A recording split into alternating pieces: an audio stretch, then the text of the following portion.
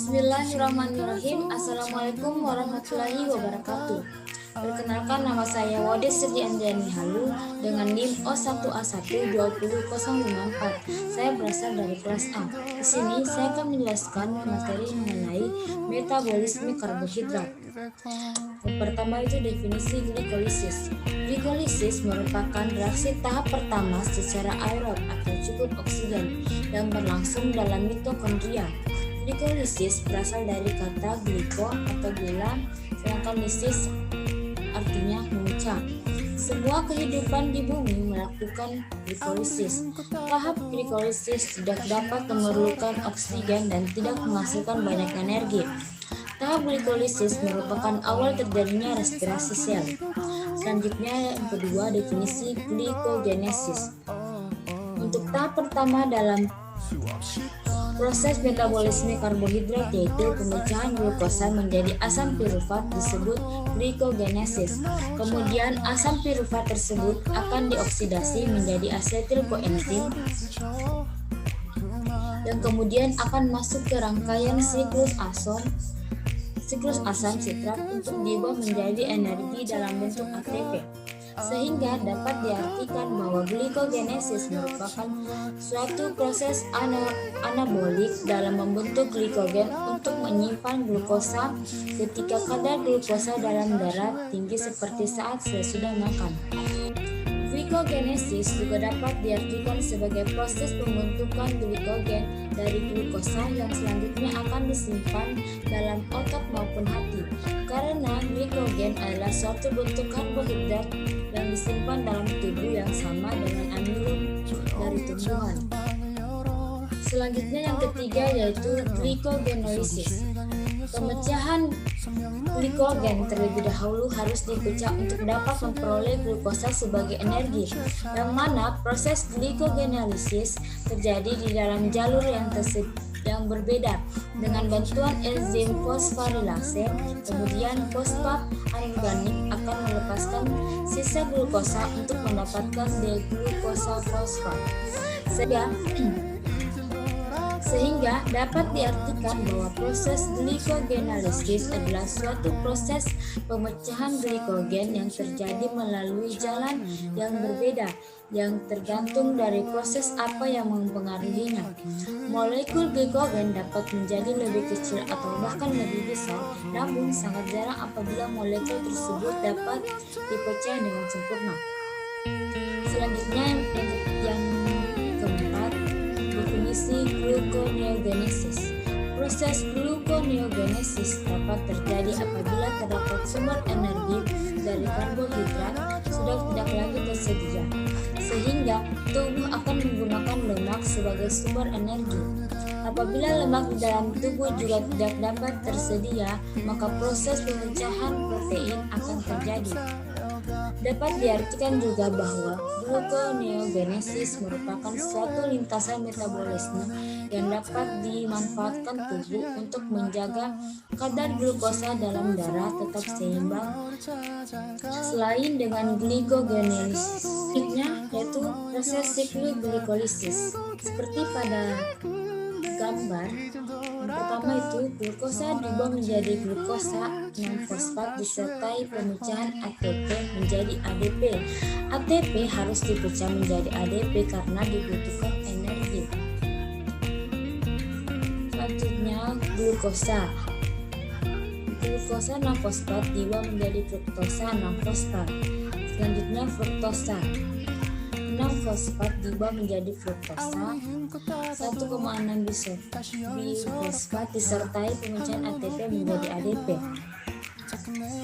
Selanjutnya fruktosa 1,6 bifosfat atau 6 atom C dipecah menjadi satu molekul gliseraldehid 3 fosfat atau PGAL atau 3 atom C dan molekul dehidroxyosietan fosfat atau DHAP per 3 atom C.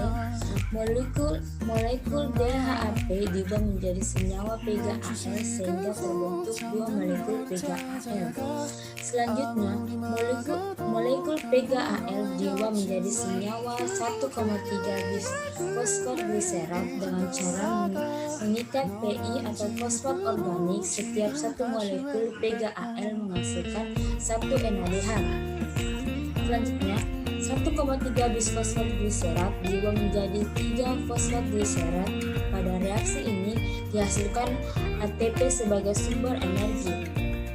Selanjutnya, 3,3 fosfatgliserat diubah menjadi 2 fosfatgliserat. Selanjutnya, 2 fosfatgliserat diubah menjadi senyawa fosfat enopirufat atau PEP. Selanjutnya, fosfat enopirufat diubah menjadi asam pirufat serta pembentukan ATP. Selanjutnya, siklus Krebs. Yang pertama, asetil-CoA atau 2 atom C berikatan dengan asam oksaloasetat atau 4 atom C membentuk asam sitrat atau 6 atom C. Itulah mengapa siklus Krebs biasa disebut siklus asam sitrat. Selanjutnya, asam sitrat diubah menjadi asam isositrat. Asam isositrat atau atom 6 atom C diubah menjadi asam ketaglutarat atau 5 atom C. Reaksi ini disertai pelepasan CO2 dan pembentukan NADH. Asam ketaglutarat atau 5 atom C diubah menjadi suksinil KOA yang memiliki 4 atom C. Reaksi ini juga disertai pelepasan CO2 dan pembentukan NADH.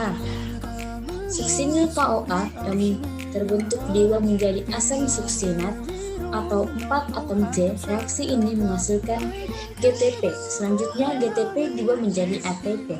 Lalu, asam suksinat diubah menjadi asam fumarat disertai pembentukan FADH2. Asam fumarat yang terbentuk diberi tambahan air agar berubah menjadi asam malat atau 4 atom C. Malat diubah menjadi asam oksaloasetat kembali disertai pembentukan NADH. Seperti pada gambar. Proses transfer elektron seperti pada gambar, yang pertama itu NADH mampu menghasilkan elektron berenergi tinggi melalui proses oksidasi, lalu elektron tersebut ditransfer ke koenzim Q. Oleh karena itu, tingginya energi elektron ADP dan fosfat anorganik bersatu membentuk ATP.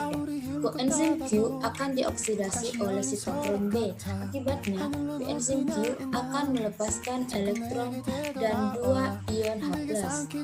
Sitokrom B akan dioksidasi oleh sitokrom C sehingga dihasilkan energi cukup tinggi. Akibatnya, ADP dan fosfat anorganik akan bersatu membentuk ATP. Selanjutnya, sitokrom akan mereduksi sitokrom A. Sitokrom A akan mengoksidasi sitokrom A3. Reaksi ini juga memicu bersatunya ADP dan fosfat anorganik membentuk ATP. Selanjutnya itu, sitokrom A3 dioksidasi oleh sebuah atom oksigen. Hasil akhir dari reaksi ini adalah terbentuknya molekul H2O. Selanjutnya, hubungan karbohidrat, lemak, dan protein. Seperti kita lihat pada bagan, terlihat karbohidrat, protein, dan lemak bertemu pada jalur siklus Krebs dengan memasukkan asetil-koenzim A. Bahwa asetil-koenzim A sebagai bahan baku dalam siklus Krebs untuk menghasilkan energi yang berasal dari katabolisme karbohidrat, protein maupun lemak. Titik temu dari berbagai jalur metabolisme ini berguna untuk saling menggantikan bahan bakar di dalam sel. Hasil katabolisme karbohidrat, protein, dan lemak juga bermanfaat untuk senyawa-senyawa lain, yaitu dapat membentuk ATP, hormon, komponen hemoglobin, ataupun komponen sel lainnya. Selanjutnya yang terakhir yaitu metabolisme aerob dan anaerob. Proses glikolisis aerob dan energi ATP ATP yang dihasilkan suatu glukosa. Respirasi aerob adalah proses penguraian senyawa organik yang menggunakan oksigen bebas. Respirasi ini berlangsung di dalam organel sel yang disebut mitokondria. Saat kamu mengonsumsi makanan yang mengandung glukosa, misalnya nasi, setiap molekul glukosa akan dipecah melalui 4 tahap seperti dihasilkan energi. Selanjutnya itu respirasi aerob dalam suatu molekul glukosa yang menghasilkan proses glikolisis anaerob dan energi ATP yang dihasilkan satu glukosa. Respirasi anaerob yaitu respirasi yang tidak memerlukan oksigen, tetapi penguraian bahan organiknya tidak lengkap. Respirasi ini jarang terjadi, hanya dalam keadaan khusus. Respirasi anaerob dalam satu molekul glukosa hanya menghasilkan 2 ATP. Mungkin itu saja materi yang dapat saya bawakan. Lebih dan kurangnya mohon dimaafkan. Wabillahi taufiq wal hidayah. Assalamualaikum warahmatullahi wabarakatuh.